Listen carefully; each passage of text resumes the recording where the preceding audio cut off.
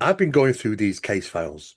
And behind me, I've got a filing cabinet of about 1,500 investigations that I've done over the Mhm. years. And I was having a good old rummage day before yesterday, and I thought I came across some I totally forgot, but I mean, like wow cases, you know? Mhm. And one of them involves um, it was a poltergeist case, which was taking place in Lancashire. And it was about a 9 or 10-year-old boy, yeah, called Mhm. Robert, right?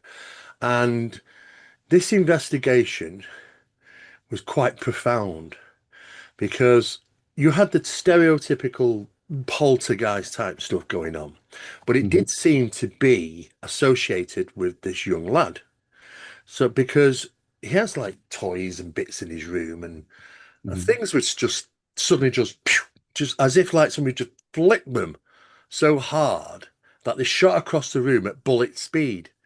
Yeah. Now occasionally little, the small items did hit him and he'd be like an upset and going to his mum and dad and they didn't really want to move. So they tried Mhm. pushing him, moving him into different rooms, switching around and changing different things and didn't seem to help though, because, it soon tracked him and it continued to do this. Mhm. So, but it was never really heavy, big items. It was only little small items. So it doesn't really want to cause, some serious problems here, but it's enough to sort of give you the scare sort of thing. Mhm.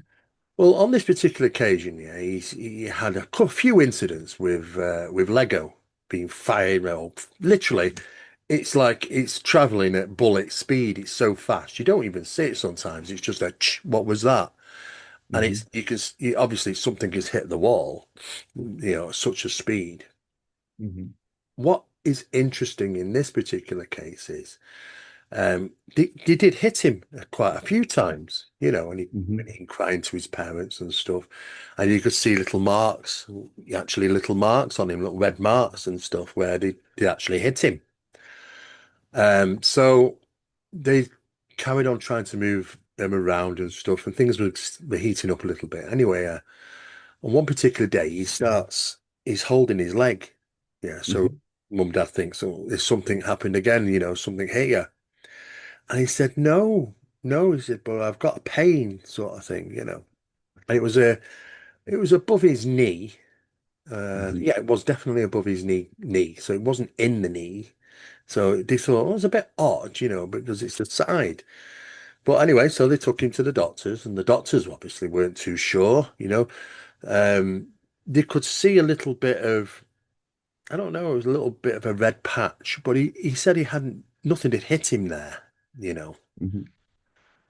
So of course the doctor sent him to the hospital. Well, it took about a week or so, but he ends up at the hospital for an X-ray and scan because they're trying to figure out, has he damaged a bone or something like that. They found, and got the X-ray for this. They found a tiny piece of Lego in his leg. Now, what was really interesting about this little piece of Lego, he had to go under a minor, not a major, a minor operation to have the Mhm. Lego piece removed. And of course, there was obviously a lot of questions and a bit of pondering as to how did this happen? Mhm. Because there was seemingly no entry point, you see.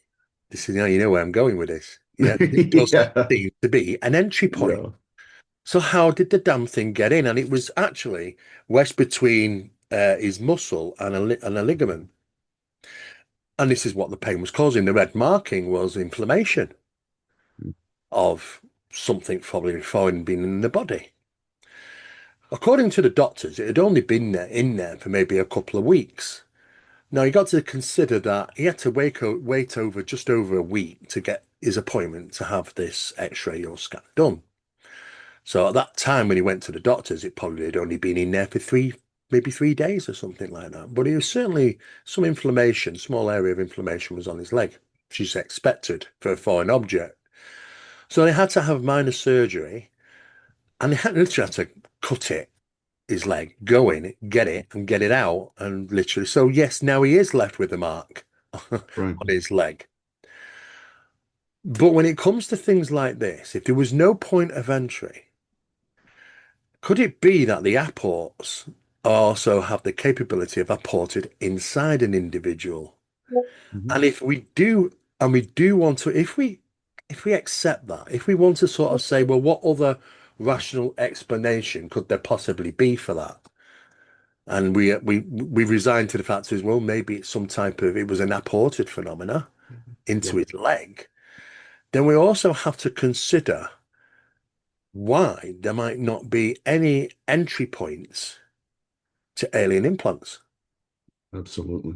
because there doesn't Absolutely. seem to be any sort of marks where it is seen that it's got in. You Hmm. know, going back in the day when the 90s were pretty much when it comes to alien implants, it was pretty much theorized back then. It was really only the nose, Hmm. nasal, as referred to as nasal implants, foreign nasal implants, right up at the top. And of course, sometimes they breach and they get loose, and of course they're ejected. You know, but I did think to myself, how does a little tiny Lego piece, yeah, end up in a little boy's leg with no entry point? And I thought, well, it's got to be the apportation phenomena. It's got to be. How else can it Absolutely. end up? You know? So there we sort of, again, we sort of share this similarity between, you know, because people have always pondered how alien implants are getting into people's bodies. And of Hmm. course, it was obviously just nasals to begin with, by the sounds of it, according to the data and the research around the world. But when we become aware that, oh, okay, nasal implants, nasal implants, nasal implants, the phenomenon evolved. It Yes. started, didn't it? Changes. Exactly. And started putting them in the most strangest places where you wouldn't really look. Behind your ear, Hmm. in near your knee, in your hand. Just all sorts of places, but it seemingly there was a pattern of events when it first started at, oh, it was nasal implants, and nasal bleeding was a commonality to this until it got picked up on and recognized as a commonality. And that is when the phenomena shifted gears and started throwing him all over the bloody place.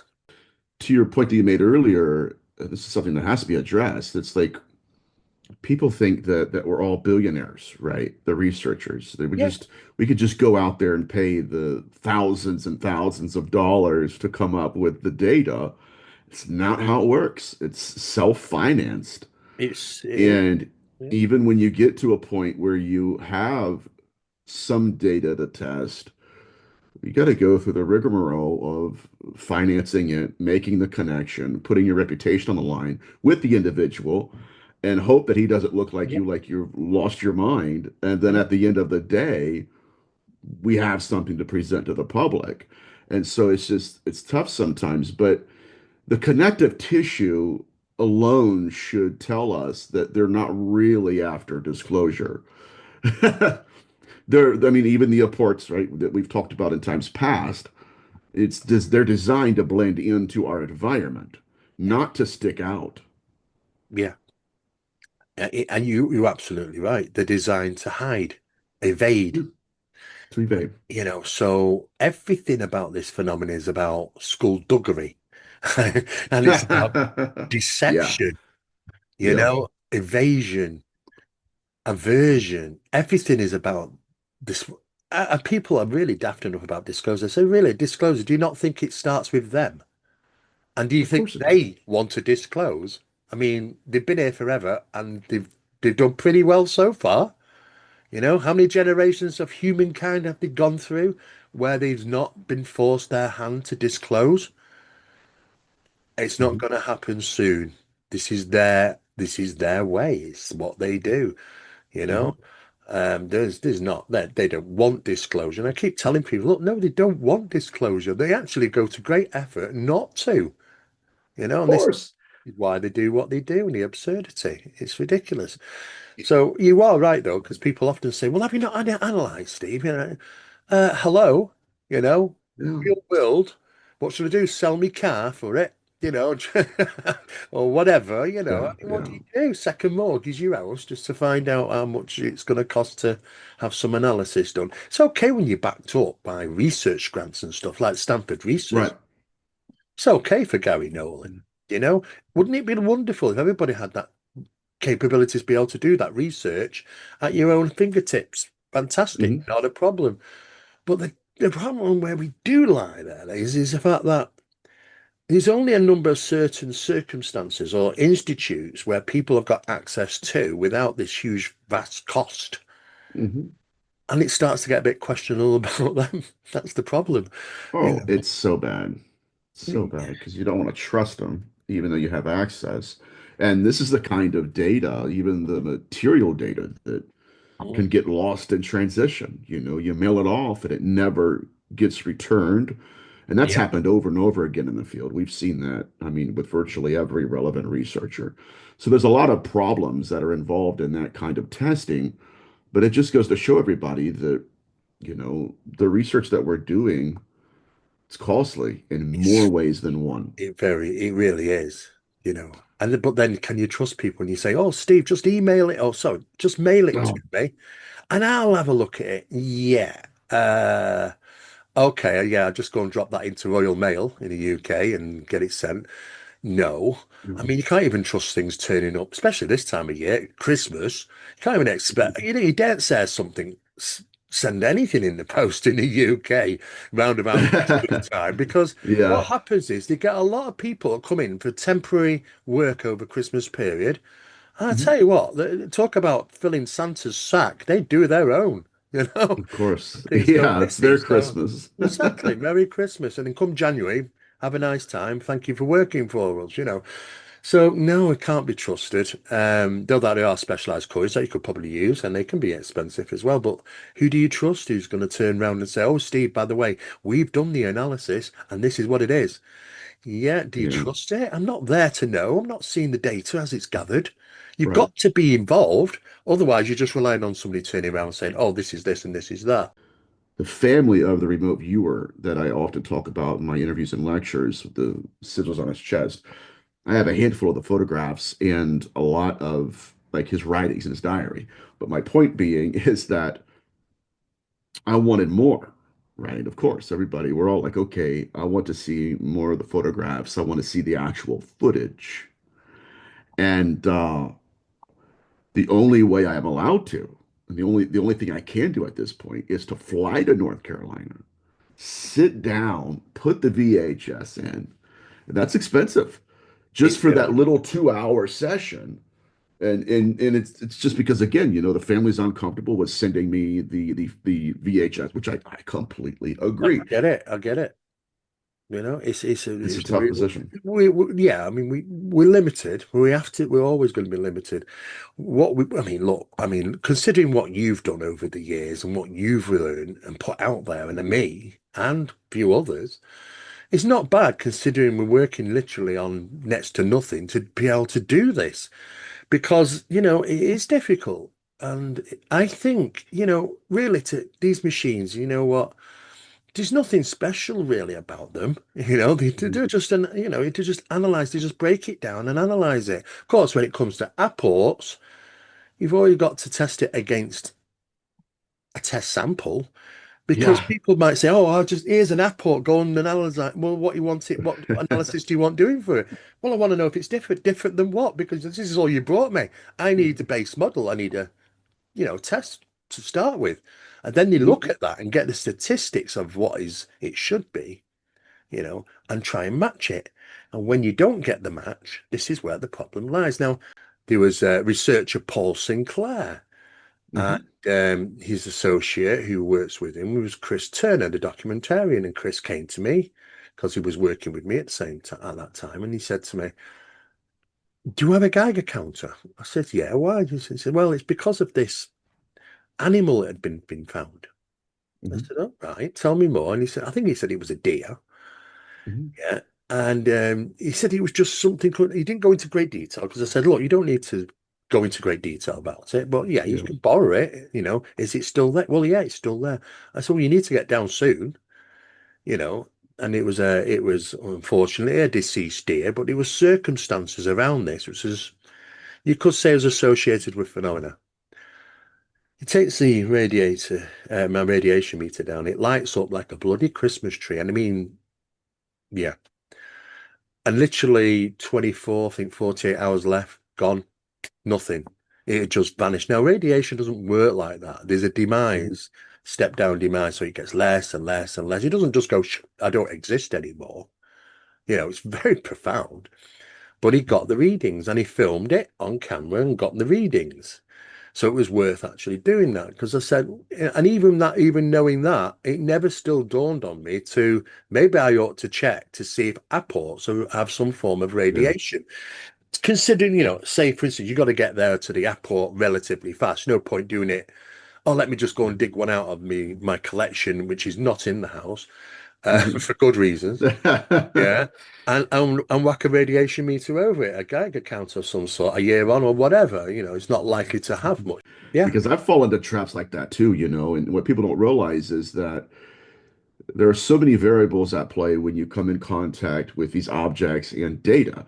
You have to be there in time, on time, Yeah. right? To Yeah. to to capture it. And then when even sometimes when you're in the phenomenon's present, it's like, did I forget about it because I just forgot? Yeah. Right? Or Yeah. did I forget about it because the phenomenon was like, hey, I not a know. good idea.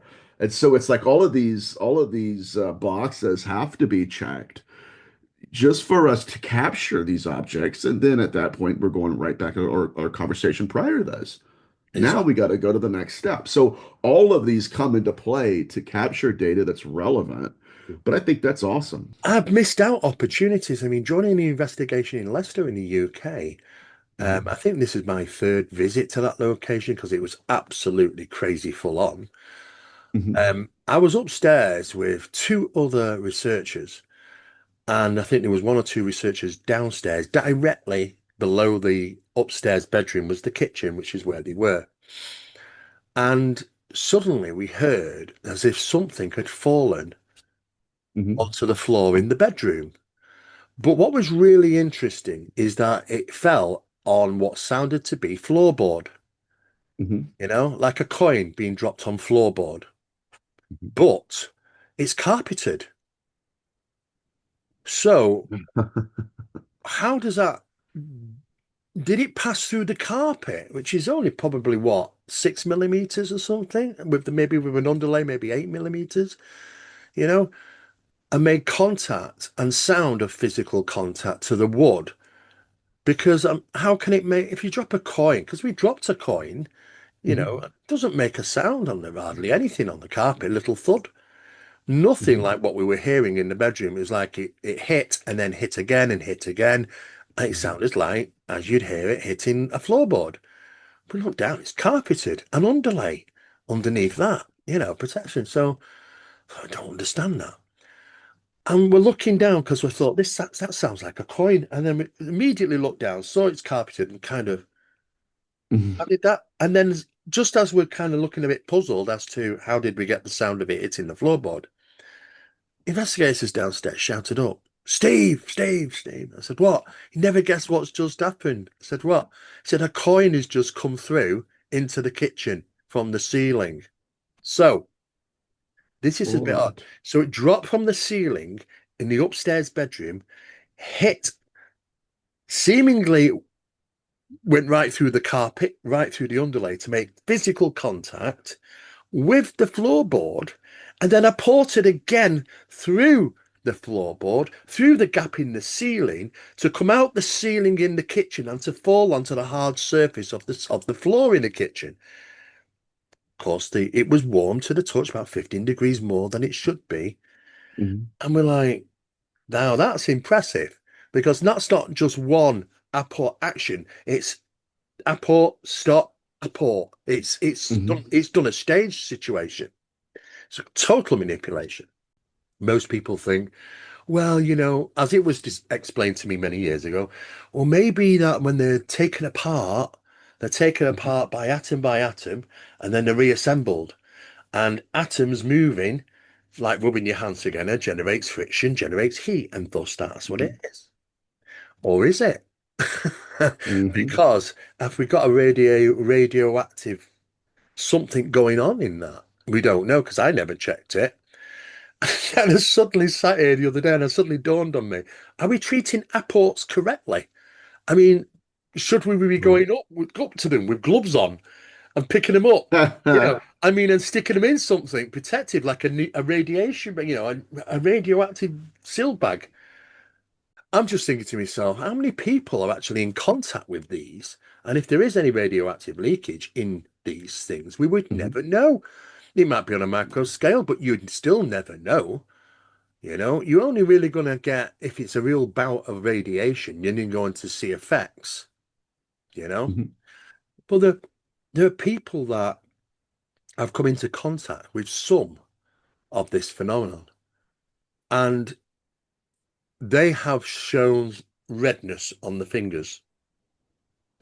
Mhm. And that over a period of time, because they've been looking every day and monitoring and taking photographs. I've got the photo, and you can see how it's got worse because that's the problem Mhm. with radiation. Gets in, and it blooms, it spreads, Mhm. causes issues. So it can look worse 2 days later, or 3 days later, it looks worse than it would have 2 days later.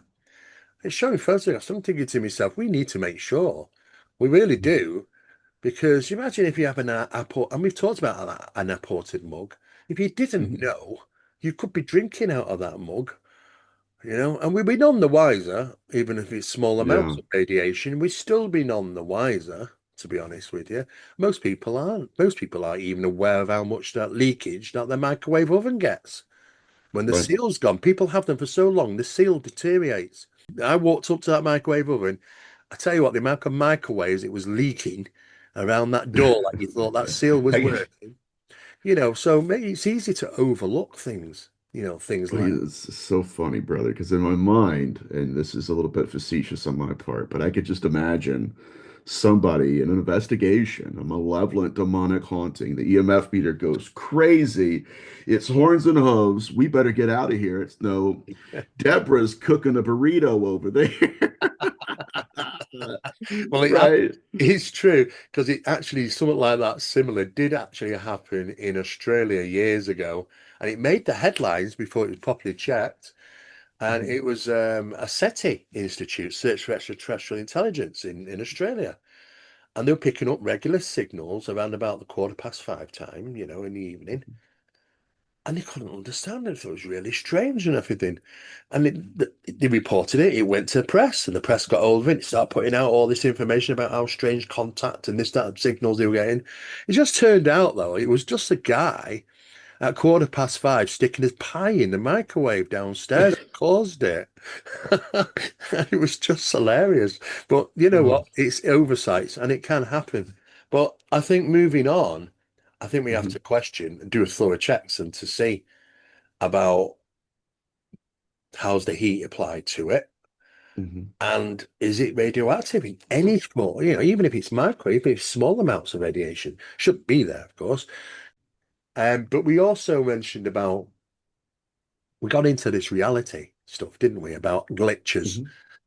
Well, when we did that show, I got a few people contacted me and asked me asking questions and stuff. And then I got this person that sent me this video. Mhm. And I have to say, I was a bit, I had to go back and watch it a couple of times. It was a bit odd because you can clearly see that it's recorded on a cell phone. Mhm. Uh, she's obviously in the US somewhere. But they've got a bit of ground where the house is, so they've got some chickens and things like that. And she goes out and she's like she does, she goes out and she feeds the chickens in the morning. So Mhm. she's got the food and she's chick, and feeding them. And she's filming, she likes to film them occasionally. Well, suddenly she's feeding this chicken stops and it's just frozen. And it's got Mhm. like almost like one leg up, sort of thing. It's like, what is going on here? You know? Mhm. And she's not got one chicken, she's got a few chickens. So she looks around at the other chickens that she's filming this and she's going, oh my God, the chickens. Yeah, she's filming and it's moving around the camera, but the chickens are literally frozen. And she's like freaking out. And next minute, she's shouting to her boyfriend, As soon as she opens her mouth and shouts for a boyfriend, they could spring back to They life. go back. Yeah, What? I thought that's a bit strange. Hello, chicky chickies. Hi, babies. Oh, goodness. Where y'all going? Where are you going? You ready for some grubs? Let's go. It's grub time. What the fool? Why are they all not moving?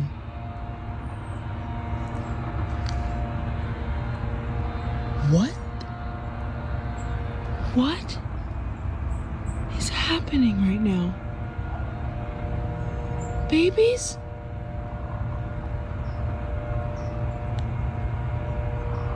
Guys! What is happening right now?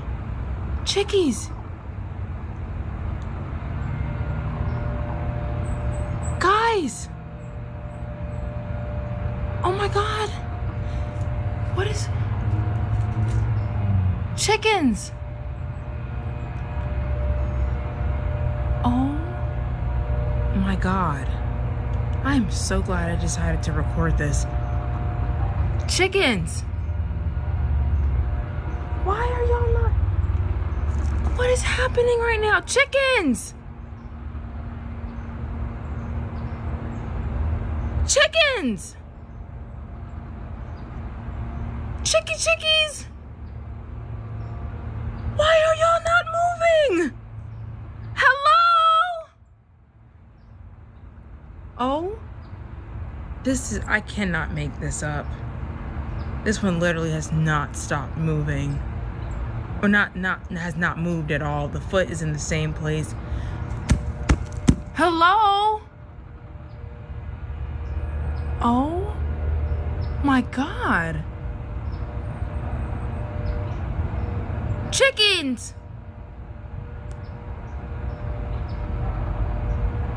Chickens! Did I do something?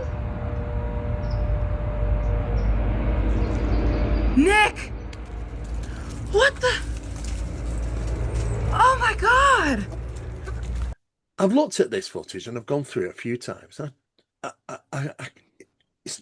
Those type of videos are not easy when they're recorded on your cell phone Hmm. to pause and manipulate just the chickens Hmm. because she's still moving around the chicken, Right.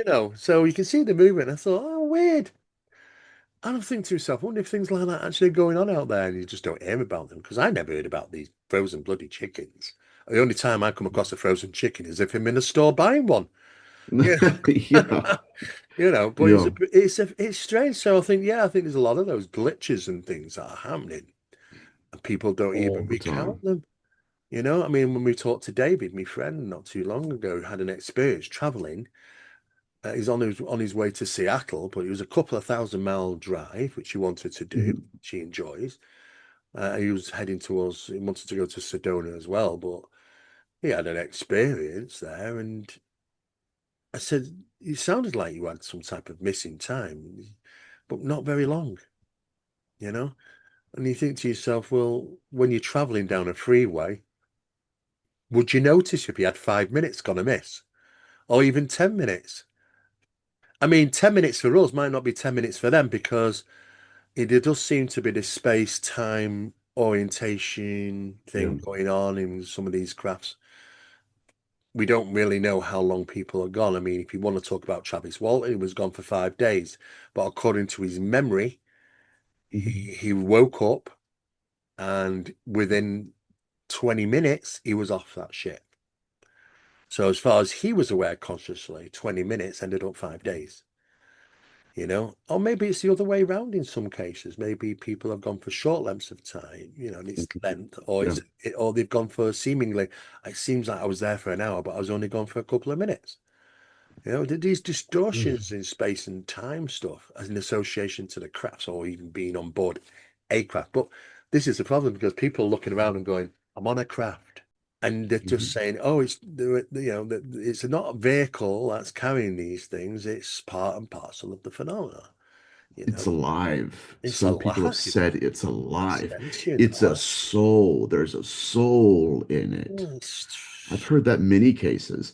I'll tell you what, getting back to your point about missing time and a time differential, I I had a case come across my desk about 2 years ago now, and it was a distraught wife. She's absolutely at her wit's end because her husband, who was the main breadwinner in the family, um, was set to retire in about 2 years. And he was really excited. It was at the very tail end of a 30-year trucker career. And we had a clean record, an amazing, pristine, if you will, driving record. He is at nighttime, he's like maybe I think it was midnight, he's on the highway. And his testimony was that he looked up in the left side of his window, he's looking at this ball of light, this light that's moving towards him. And he's thinking, okay, it must be a helicopter, maybe there's a traffic accident or it's, carrying somebody that needs assistance at a hospital. He didn't know. And he's the only guy on the highway at this particular part. And so he's like, I'm looking at this object and it's getting closer and closer to me. And yeah. he's like, that's when I realized that's no helicopter. And there's something really weird about this. And it got closer and closer to him. Next thing he knows, he's parked on the side of the road, miles away. He's in the passenger seat. His clothes are disheveled. And there's a police officer knock on the window with his flashlight. Sir, are you okay? And he's collecting, his information and he's looking around and he's collecting himself. And he lost his job and his pension because they thought that they did all kinds of tests on him, like were you on some kind of substance? Were you on you drinking alcohol? What happened to you? And they did some health tests, and this is perfect health. And so his wife is like, we don't know what we're going to do because, he was about 2 years away from retirement and getting a full pension. And now his entire career shot.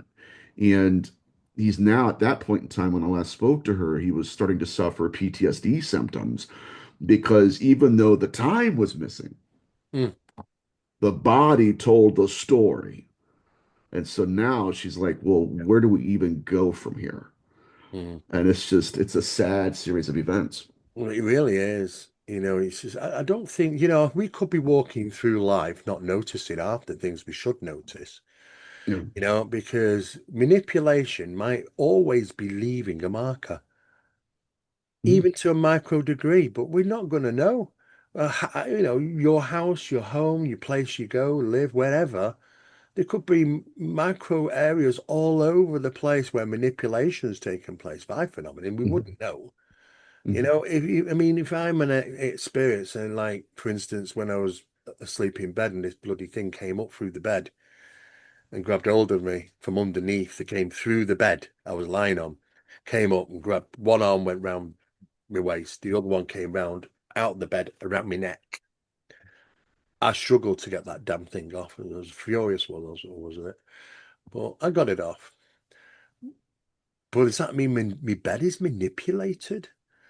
If this is a physical arms and feeling, you know. Mhm. I'm thinking to myself, is the bed manipulated now in some way? The fusion or the being able to pass through it or something? Has it caused some distortion in the atoms or something? I don't know, or even the mattress because it has to come through, you Mhm. know. But people don't. I don't think we think enough about what the environment around us could actually have. Because I've had all sorts of Yeah. little bits and bobs there over the years because you know what? Just bring me home, just bring me work home sometimes with me, it's just the way it is. But Mhm. if I had a pair of glasses that you could put on and you could see micro distortions through the phenomena, they could be all over the place, all around Mhm. different people. We would not know, Mhm. would we? If an item comes through the wall, here we go, simple situation, apport phenomena or something, passes through the Yeah. wall, came through the wall, came through the ceiling. Nobody's interested in the wall or the ceiling. They're interested in the apport, aren't they? Is Mhm. anybody No, considering, well, the effect? How did it come through the wall? How did it come through the ceiling? Is there some type of effect there where it happened? I don't know, a footprint? r- yeah, a rendering artifact, a rendering artifact. When the phenomenon renders objects into our construct, again, we're dealing with epiphenomena, right? Where Yeah. they're the secondary consequence of the apportation. Yeah. Something else is there that allowed that to manifest.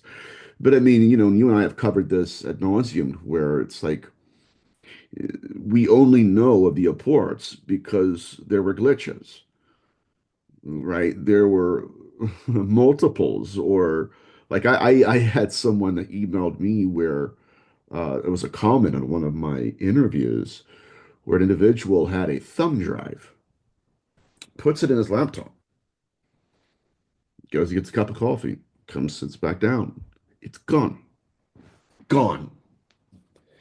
And he is looking for it for like 2 or 3 weeks. Hmm. Cannot find this thumb drive. And then one day he sits back down. Okay, he's got his laptop out, Steve, and there's his thumb drive. Ah, it's annoying, isn't it? It's annoying. But Yeah. the question, it has to be asked again. It goes back to Dr. Carter Turner. I mentioned this in times past. Dr. Turner, how many abductions are taking place and have taken place throughout history? Well, it's an unquantifiable number. We really don't know. But more importantly, the reason we don't know, the largest reason we wouldn't know, is because the only reason we do know is because of the people that remembered. They had Exactly. a cognitive Yep. ability to interpret reality, so much so that they said, I remember a series of events. And that means that that is only understood by virtue of a glitch. Yeah, there's And got to so be. that's where we're at with the apports. The only reason we know they're manifesting and that they actually exist in this dimension is because we have them to compare to, right? The Yeah, bench test. exactly. Now, and to your point, the phenomenon as it evolves in order to evade. And so we mentioned this earlier in one of our discussions here, where now all of a sudden the phenomenon updates, right? The learning matrix says, okay, what about the one of objects where there's only one of them in the home? You will not have the ability to Not a bench test. chance. Forget it. Right. Yeah. So they're evolving according to Aveda. So my next point, though, and this is something that again, if it's the same mechanism, it's more than likely the same intelligence, is that even with these symbols that we're finding, these skin anomalies, in the Middle Ages, the early demonologists started to monitor their location on the body. And it had to do with the style of clothing that they wore in that time period. And so at first it was underneath here and all that. And then they started noticing it because they're right. And then they hid it. And so slowly but surely you see by nature of where they're found on the body that that too is evolving in order to evade. And then suddenly we have sinister amino, they're underneath the eyelids. Why? Oh yeah. Or they're inside the cheeks.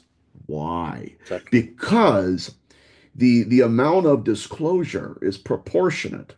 They don't want to disclose their presence. Quite the opposite. They're evolving, Oh, and they're there. evolving in order to evade. Yeah, exactly the same thing when I just said about the implants. I mean, all Absolutely. commonality was coming from nasal implants. As soon as all the researchers realized and got together and started telling the world, oh yeah, they put implants in your nose, Yep. suddenly they're not in your nose anymore. They're all sorts all over the bloody body, hidden away in discreet, unusual places. It's like some great Mhm. effort to say, oh right, they're onto us. You know, it's a counter maneuver. It really Absolutely. is. It's counterintelligence in a sense of speaking. It's a counter maneuver. It's like, oh, right, Sadly they're enough. onto us. As soon as we're onto him, they shift gears, Mhm. and that's exactly saying what you're saying, they'll put things out of sight, Mhm. because if it's important to put all right, you could say their branding on individuals. At first it was very okay, yeah. You go back hundreds of years ago, if not even thousands of years ago, communication about people that had these markings wasn't probably well known or well spread. Mhm. You know, how's that community over there going to know? All those people that live in a different place or country or whatever, they're not going to know. So the phenomenon didn't need to sort of go, oh, you know what I mean? Nobody's going to connect the dots. But now with the internet and now with everything, the whole world can see it. Yeah, the phenomenon kind of sort of goes, okay, yeah, they kind of might be onto us now. So we do want to carry on doing this, but let's make sure that they're not in a visible area Absolutely. so much. And again, it's doing exactly the same thing. Now that's clever, that's intelligence. Mhm. That's monitoring a situation, and to monitor a global situation, Oh, we I know cannot where you're begin. going. I cannot begin to stress how powerful and how much that would consist of to It's do. It's tremendous. it's an irreducible complexity. How can we even comprehend that level of control? All And right, brother. in Always the a pleasure, meantime, take Steve. care, buddy, and we'll talk soon, pal. All right, buddy. See All you. right, ta mate.